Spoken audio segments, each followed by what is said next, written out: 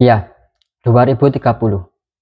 Bagi sebagian orang, ini hanya tahun biasa. Tapi bagi mereka yang memperhatikan arah dunia, 2030 bukan sekedar angka, melainkan tanda dari sebuah perubahan besar yang tak bisa dihindari. Ya, perubahan yang akan menguji banyak hal, seperti ketahanan manusia, nilai kemanusiaan, dan bahkan makna hidup itu sendiri. Ya, sejak awal abad ke-21, kita hidup di dunia yang serba cepat. Kita berlomba untuk menjadi yang paling modern, paling kaya, paling berpengaruh. Kita menciptakan teknologi yang luar biasa. Namun, tanpa sadar, kita juga menciptakan ketergantungan baru, seperti pada mesin, pada sistem, pada validasi digital. Ya, kita bisa berkomunikasi dengan siapa saja di dunia ini.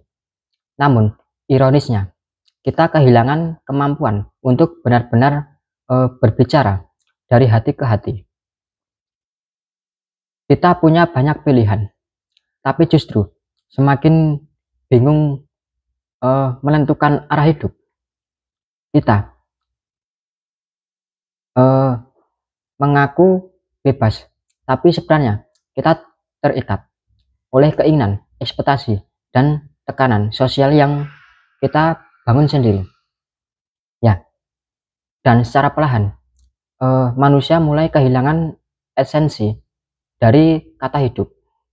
Banyak yang memprediksi bahwa tahun 2030 akan menjadi masa di mana semua sistem mulai diuji. Krisis ekonomi, perubahan iklim, ledakan populasi, pengangguran akibat otomatisasi, hingga rusaknya tantangan sosial akibat informasi yang tidak terkendali.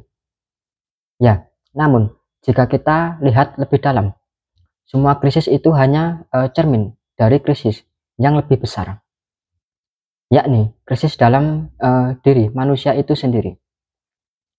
Krisis yang tidak bisa diselesaikan dengan uang, tidak bisa disembuhkan dengan teknologi, dan tidak bisa ditutup oleh kemajuan dunia.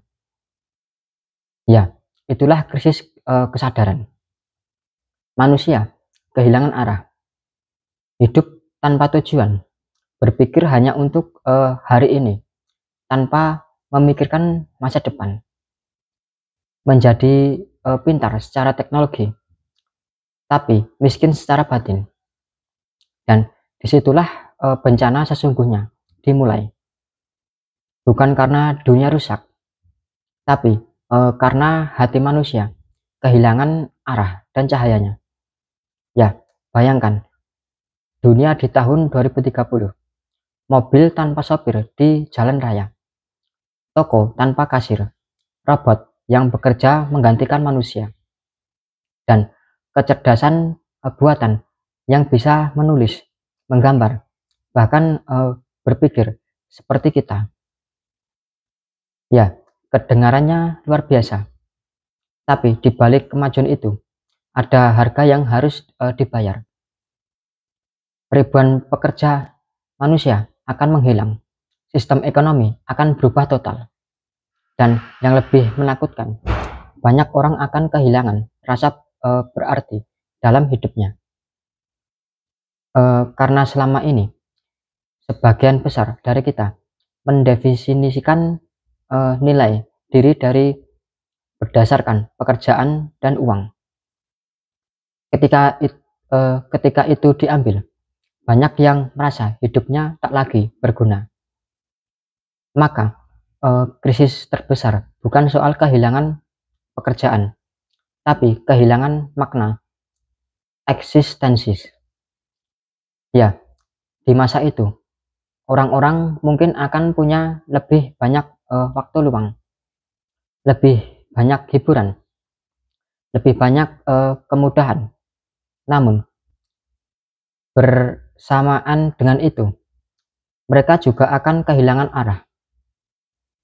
Ketika semuanya serba instan, manusia akan lupa akan proses dan perjuangannya.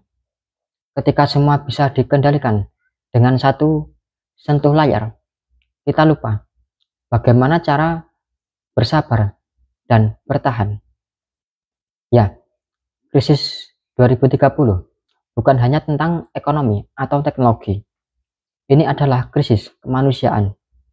Krisis tentang bagaimana manusia memaknai hidup ketika semuanya terasa mudah. Dan itulah yang paling menakutkan, yaitu karena manusia yang kehilangan makna akan mudah dikendalikan.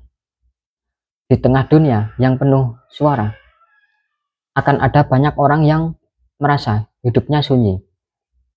Sunyi karena kehilangan arah, sunyi karena tidak tahu lagi untuk apa mereka hidup.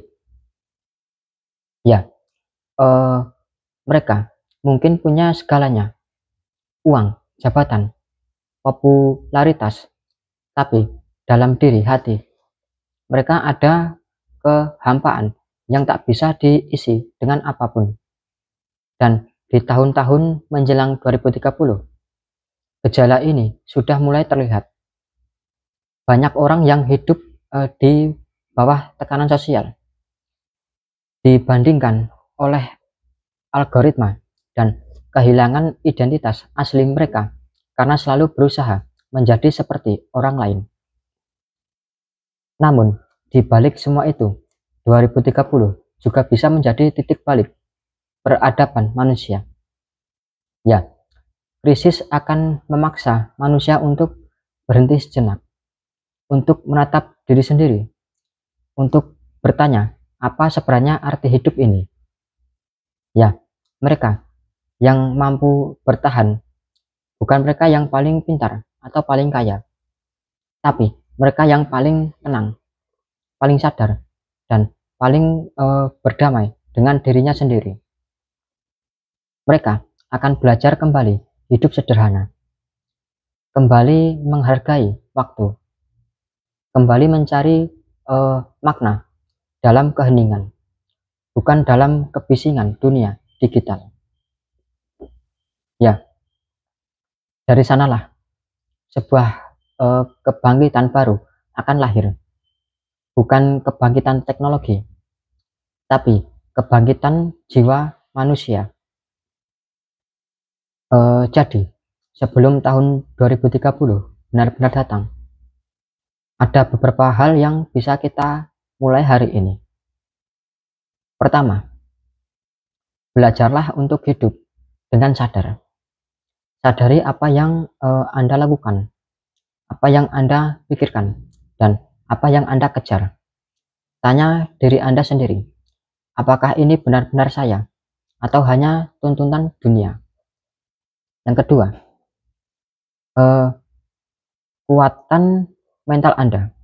Jangan mudah panik oleh perubahan. Ya, dunia akan terus berubah, dan hanya mereka yang tenang yang bisa bertahan. Yang ketiga, bangun kembali koneksi manusiawi.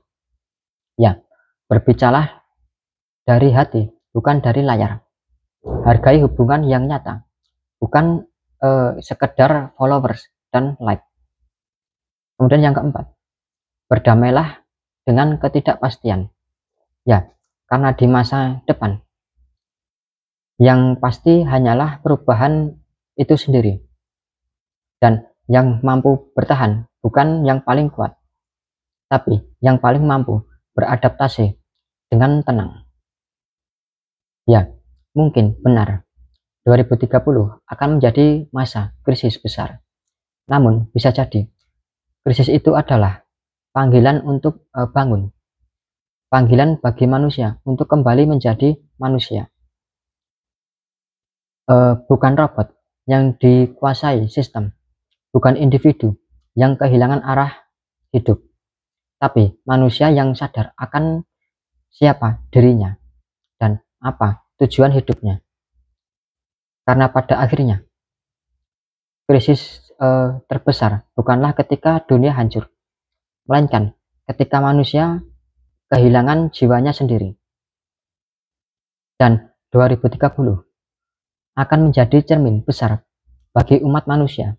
Apakah kita akan tenggelam dalam sistem yang kita ciptakan sendiri, atau kita justru bangkit menjadi makhluk yang sadar, bijak, dan berjiwa bebas? Tidak ada yang bisa memastikan apa yang benar-benar akan terjadi di tahun 2030. Namun, satu hal yang pasti, masa depan akan ditentukan oleh kesadaran manusia hari ini.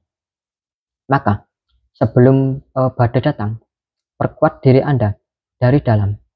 Bangun mental yang tenang, hati yang sadar, jiwa yang mandiri. Ya, karena di dunia yang semakin tidak pasti ini, ketenangan adalah bentuk kekayaan baru, dan kesadaran adalah satu-satunya kekuasaan yang tidak bisa digantikan oleh mesin. Ya, terima kasih teman-teman semua yang sudah menonton video ini sampai akhir. Semoga bermanfaat. Salam dari saya, Dases Pas.